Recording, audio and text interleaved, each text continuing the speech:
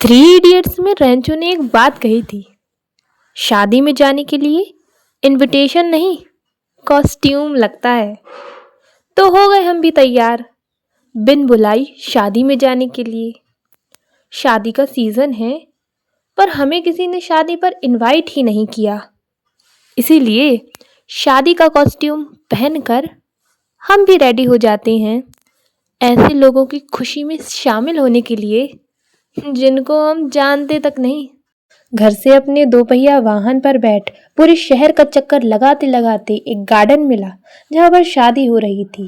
पर समय की गंभीरता को ध्यान में रखते हुए, क्योंकि अभी बज रहे थे केवल 7 और गार्डन एकदम खाली था, दूसरी शादी ढूंढने का प्रयास किया।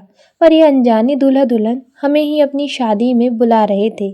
खैर, अंत में थक कर अपने उसी गार्डन में वापस जाना पड़ा।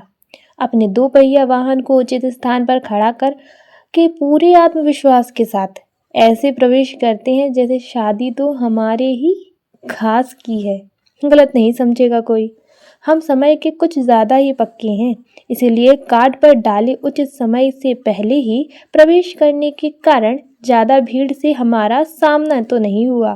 पर जैसे जैसे भोजन के प्लेट को उठाने के प्रयास में हमारे कदम बढ़े, तब प्रतीत हुआ कि अभी तो खाने की पूजा भी समाप्त नहीं हुई है।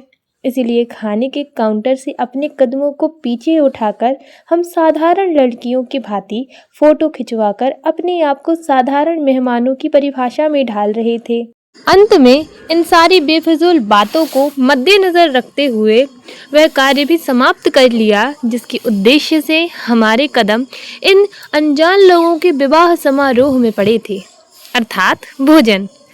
अपने सबसे महत्वपूर्ण कार्य को करके समय था इधर से भाग जाना, पर ऐसे भागना कि लोगों को पता न चले। किसी अभिनेत्री की भांति पूर्ण आत्मविश्वास के साथ अनजानी बिन बुलाई शादी से खिसक लिया गया, जिसकी किसी को कानो कान खबर तक नहीं हुई।